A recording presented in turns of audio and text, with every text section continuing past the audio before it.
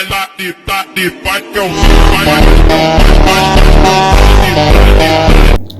Hind, welcome back to my channel.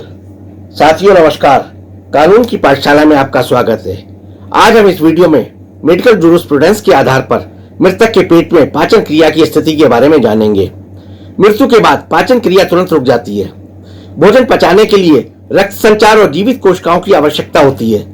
चूंकि मृत्यु के कुछ घंटों बाद मस्तिष्क और अन्य अंगों में ऑक्सीजन समाप्त हो जाती है, पाचन रुक जाता है। पेट में मौजूद भोजन पाचन डाइजेशन के बजाय आंतों में उपस्थित एंजाइमों द्वारा गलने एथोलाइसिस लगता है। भोजन का पाचन केवल तब तक ही सक्रिय रूप से होता है जब तक शरीर जीवित हो।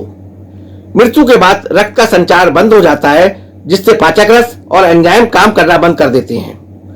पोस्टमार्टम के समय पेट और आंतों में मौजूद भोजन की स्थिति, अगर पोस्टमार्टम में अपचा या पचा हुआ भोजन पाया गया है, उसे देखकर मृत्यु के समय का अनुमान लगाया जा सकता है।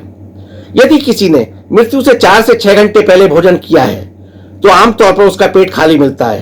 भोजन पेट से छोटी आंत और फिर बड़ी आंत में जाता है, जिसके पूर्ण निष्कासन में से घंटे तक का समय लगता है। मृत्यु के बाद सक्रिय पाचन एक्टिव डाइजेशन तुरंत रुक जाता है। हृदय और श्वसन प्रणाली बंद होने के कुछ ही सेकंड से लेकर मिनटों तक अंदर भोजन को आगे बढ़ाना बंद कर देता है।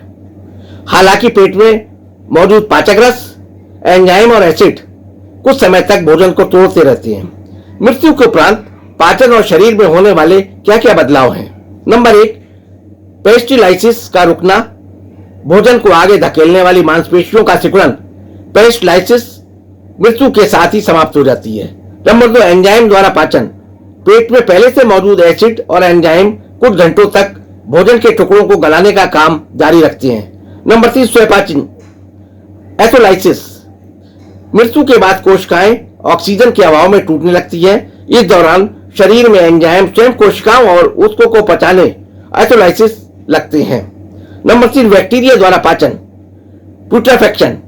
आंतों में मौजूद बैक्टीरिया बिना प्रतिरोध के पनपने लगते हैं और वे भोजन और ऊतकों को पचाना सड़ाना शुरू कर देते हैं। तो इस प्रकार मेडिकल जूरिस्प्रूडेंस के आधार पर मृतक के पेट में पाचन क्रिया की स्थिति के आधार पर हम मृतक की मृत्यु के समय की गणना भी कर सकते हैं। जय हिंद, जय भारत, वंदे मातरम।